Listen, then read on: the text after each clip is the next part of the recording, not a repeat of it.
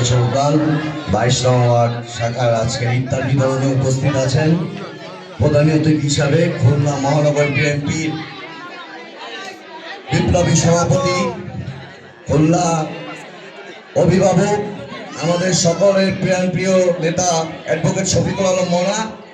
আরও উপস্থিত আছেন খুলনা মহানগর বিএনপির সাবেক যুগ্ম আহ্বায়ক বদরুল আলম খান। আরও উপস্থিত আছেন খুলনা মহানগর স্বেচ্ছাসেবক দলের নবগত কমিটির বিপ্লবী আহ্বায়ক মিরাজুর রহমান মিরাজ ও আমার সামনে উপবিষ্ট 22 ওয়ার্ড স্বেচ্ছাসেবক দল ও বিভিন্ন পর্যায়ের নেতৃবৃন্দ।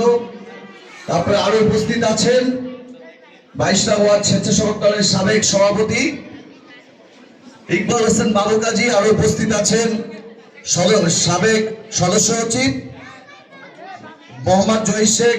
আরো স্বেচ্ছাসেবক দলের নেতৃবৃন্দ, ছাত্র দল, যুব দলের নেতৃবৃন্দ, সবাইকে খুলনা মহানগর স্বেচ্ছাসেবক দল ব্যক্তিগত পক্ষ থেকে রক্তিম শুভেচ্ছা অভিনন্দন।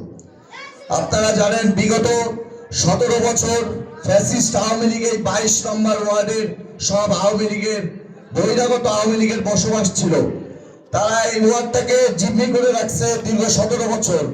মাদক, জুয়ার ব্যবসা, বিভিন্ন চুরি ছিনতাই দিয়ে এই ওয়ার্ডের নেতৃত্ব দিয়েছে।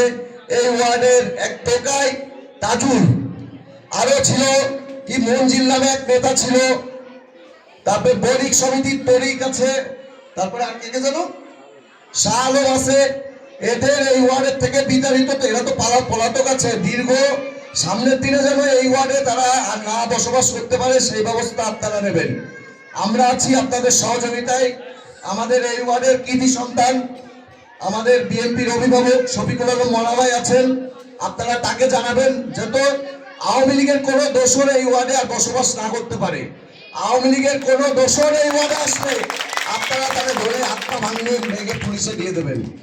যদি তার পুলিশ না শোনে আমাদেরকে জানাবেন, আমরা ব্যবস্থা নেবো ইনশাল্লাহ। আর একটা ব্যাপার, এই ওয়ার্ডে কোনো মাদক ব্যবসা চলবে না। 22 নম্বর ওয়ার্ডে 22 নম্বর ওয়ার্ড শফিকুল আলম মোনার ওয়ার্ড। এই ওয়ার্ডের সবচেয়ে ভদ্রলোক অ্যাডভোকেট শফিকুল আলম মোনা। আপনারা সবাই অবগত আছেন যে মোনা সাহেব কেমন লোক। আগামী দিনে সে হয়তোবা এই শহরের মেয়র প্রার্থী হবে। আপনারা তার জন্য সবাই দোয়া করবেন। আর 22 নম্বর ওয়ার্ডের সকল পর্যায়ের নেতা কর্মী যাতে আগামী দিনে কাজ করা লাগবে মেয়র নির্বাচনে সেইভাবে প্রস্তুত থাকেন। আর এই ওয়ার্ডে কোনো আওয়ামী লীগের দোসরকে বসবাস করতে দেওয়া যাবে না, যারা 22 নম্বর ওয়ার্ডের নিরীহ মানুষের উপরে অত্যাচার করেছে। আপনারা জানেন 22 নম্বর ওয়ার্ডে বেশি নিরী পরিবার, দারিদ্র পরিবারের লোকজন বসবাস করে।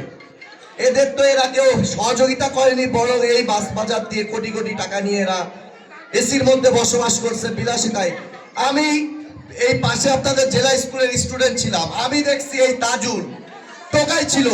এই তাজুল হয়েছে পরে শিল্পপতি। এই ওয়ার্ডে বলে গণ্যমান্য, এই ওয়ার্ডে কাউন্সিলর নির্বাচন করে, কিভাবে করে জানি না আপনারা থাকতে। তারপরে শাহ আলম আমি দেখেছি, এই শাহ আলম লেবারের কাজ করেছে, তাকে আপনারা শাহ আলম সাহেব বানাইছেন। যাতে বিগত দিনে এরকম মাদক ব্যবসায়ী, চোর ছিনতাইকার যাতে সাহেব না হতে পারে সেই ব্যাপারে আপনারা ব্যবস্থা নেবেন। এই আশাবাদ ব্যক্ত করে আমি আমার সংক্ষিপ্ত বক্তব্য শেষ করছি। ধন্যবাদ সকলকে। বাংলাদেশ জাতীয়তাবাদী স্বেচ্ছাসেবক দল জিন্দাবাদ, দেশনেত্রী বেগম খালেদা জিয়া জিন্দাবাদ, রাষ্ট্রনায়ক তারেক রহমান জিন্দাবাদ, তার শহীদ রাষ্ট্রপতি জিয়াউর রহমান অমরক, আমাদের 3 আসনের গণমানুষের নেতা ছাত্র বিষয়ক সম্পাদক রকিবুল ইসলাম বকুল জিন্দাবাদ। ধন্যবাদ সকলকে। আবার দেখা হবে ইনশাল্লাহ।